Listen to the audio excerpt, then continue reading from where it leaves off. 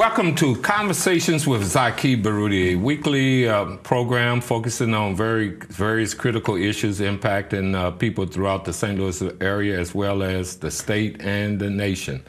This is your host, Zaki Baruti. And as we begin each program each week, I want to just give a shout out to different people in the community. First of all, of course, I want to put a shout out to New Life Evangelistic Center and Reverend Rice, as well as my mother and my family and brothers and sisters, as well as key members of our organization, Universal African People's Organization. Shout out to you, Sophia. Shout out to you, Zia. Shout out to you, Reverend Esther McCowan. Shout out to you, Amari Sanifaru. Shout out to you, Gwen Coxshell, and a shout out to you, Queen Zulu. And to that end, I want to give a shout out to a beautiful young lady that's with us this evening, and her name is Jana Gamble. Welcome to Conversations with Zaki Baruti. How are you doing this evening? Thank you, Zaki, for having me. I'm great. How are you? That's good. I just want to thank you for being on our program.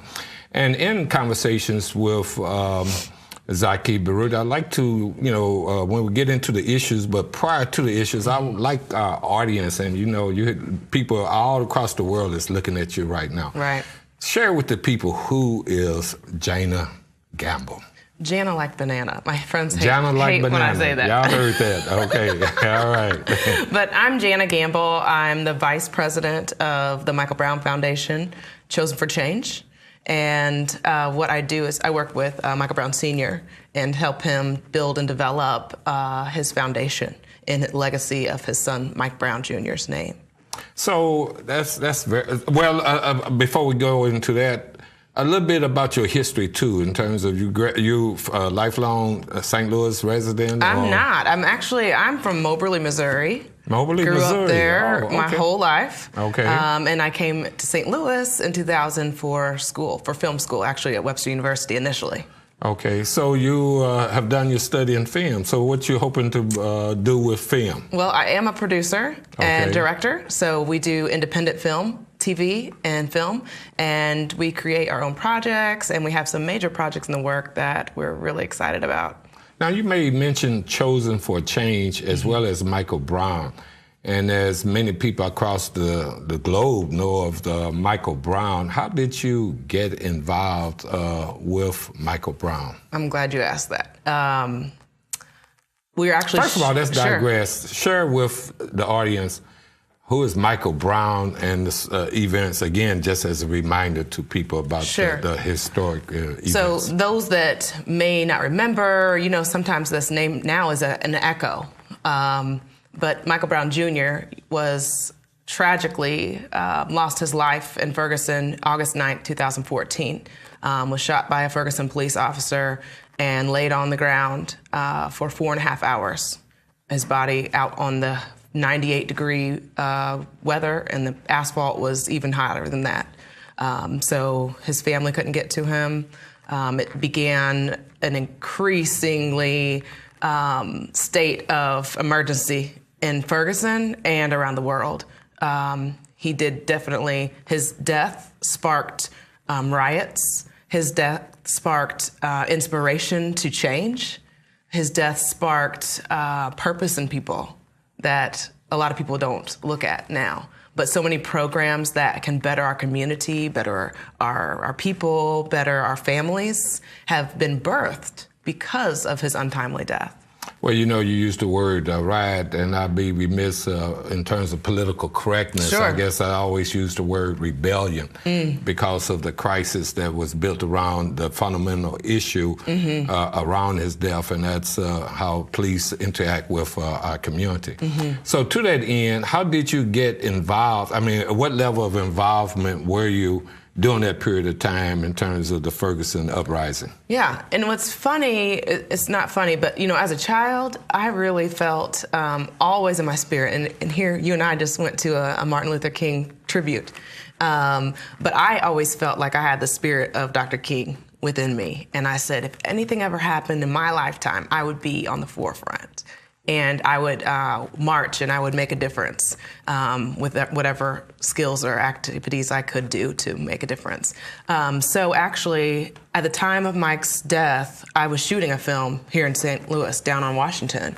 And so we're hearing about all this stuff going on. And the first thing we heard was that, like, the Klan was... People were coming down the streets. Is this on the day of the shooting itself? Okay. Yes, so there was a lot of uprise already happening around us, but we were on a film and I couldn't step away and participate at that time. But later, I actually got introduced to the Brown family by Brother Shaheed, Anthony Shaheed. And he said, you know what, I need you to help us, not just the family right now, but we need help on the National March on Ferguson and National March on Clayton. So that was my first spark of involvement after completing what he asked for, which was he started the Hands Up, Don't Shoot. And other people try to take credit for that. And so Brother Anthony Shaheed said, would you please create for me some kind of graphic, some kind of publicity so I can share with others what actually happened and when it happened. So I created that for him, and then he said, well, could you help us promote these other events? Oh, okay, then. When you mentioned Dr. Martin Luther King, in terms of there have been many activities for the month of January, so what key component of his message resonates with you? Even thinking about it, like, makes me emotional. I think that, you know, I have a dream, and really that, you know, all the children, no matter what color, will come together. Okay, then. And on that note, we do need to take a break. Sure, we'll finish that. We were speaking on the inspiration from Dr. King for you, and you were saying... I have a dream has always been a key component that has stuck with me, and, you know, keeping his dream alive, and that even, you know, Dr. King talked about all things, you know, biblically, and he's like, you know, red and yellow, black and white, all people coming together to work for change and work for peace. And that's really key to me because I'm a multicultural kid, and I am, you know, we talk about now is, you know, the black and brown people. And I make sure for myself and for my children that I recognize all aspects of our heritage.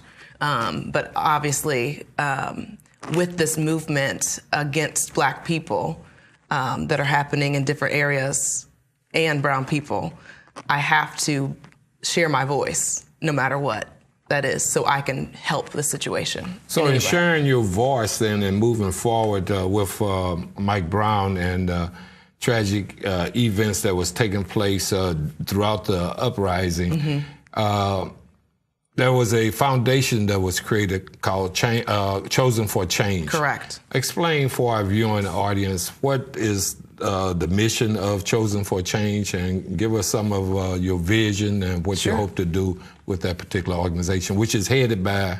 Michael Brown Sr. is the president, and I'm the vice president. Okay, then. Well, share the vision and the mission of Chosen for Change. Sure. So the vision for, or the mission for the Michael Brown Foundation, Chosen for Change, is we are saving lives one day at a time through empowering youth, strengthening families, and giving back to the community. So that's the short, nice version of that.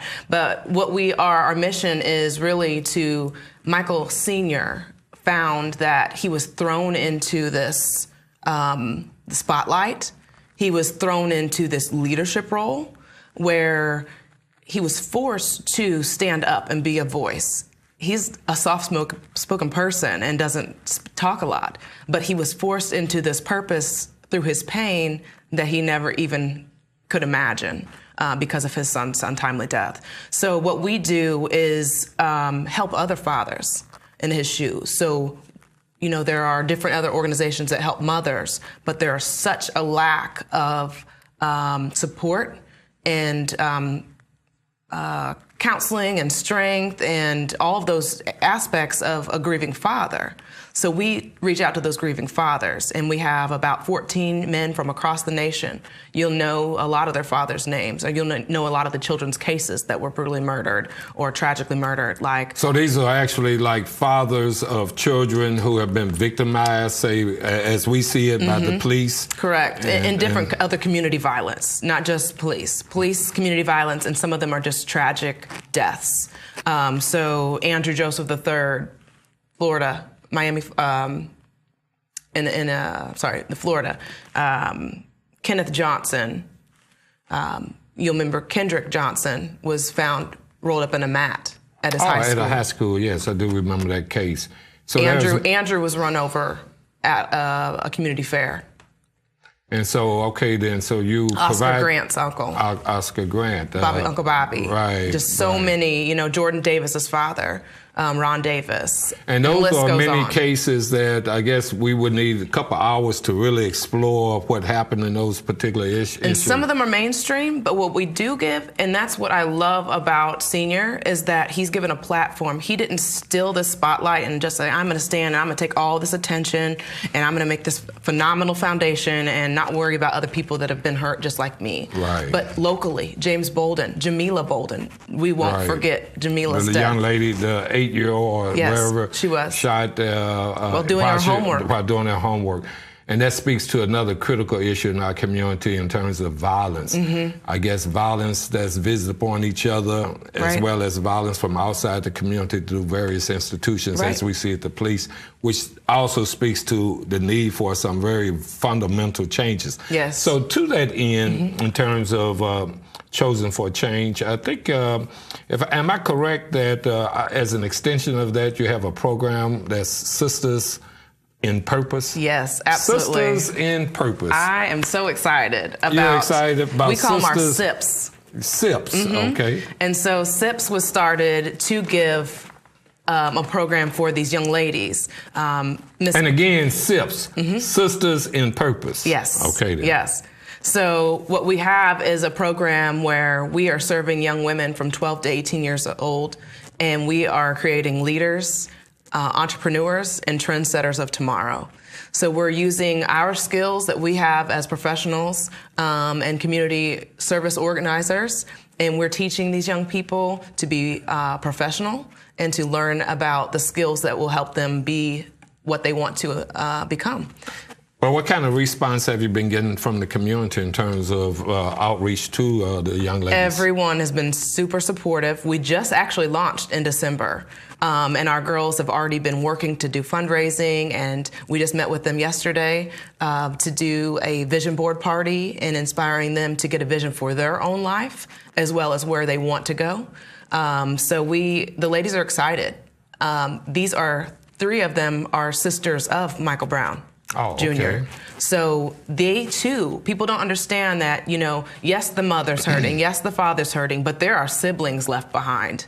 And you have to consider not just the siblings, but our other youth of children like myself, activists in the community that have been affected by it. So they see their parents working for change, fighting for change, and they too are affected. We can't deny that at all. And that's a key issue in terms of the post-traumatic impact of death and sudden death and violent death that also need to be explored. So in that spirit, one of the key components that we need to explore is a major project that you will be doing, and we're going to get back to that in a few seconds. You're back with Conversations with Zaki Baruti, and again, just want to encourage people to be supportive of New Life Evangelistic Center and the kind of work that they're doing to help the homeless in our community.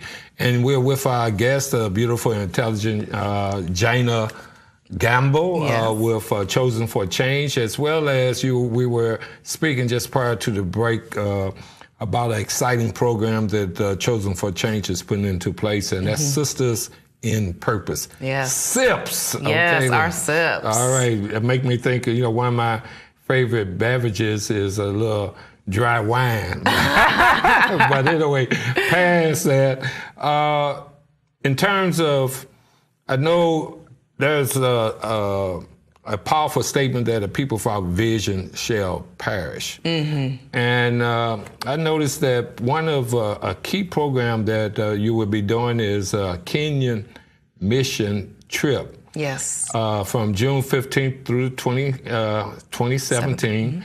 And the theme, Ferguson to Nairobi. First of all, Nairobi. Where in the world is Nairobi? A lot of people may know what Nairobi is, and some people may have no idea whatsoever. Explain. Yes, so Nairobi, okay, everyone talks about, I'm going to Africa, but nobody says where. Like, Africa's a continent.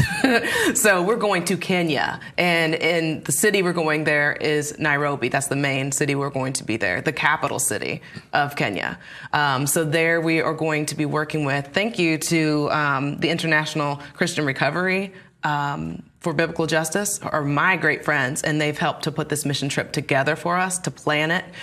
So people here in St. Louis and people in Nairobi have been working together to put a whole plan together for us. Not the funding, that's where we need you guys, but we definitely have the plan all together to visit the orphanages, to go into the rural areas and help these young ladies. There's so much that we don't even realize that goes on there, like period shaming. The girls don't even, not only do they not have feminine hygiene products, they don't even have underwear to put, to take care of themselves or their basic needs.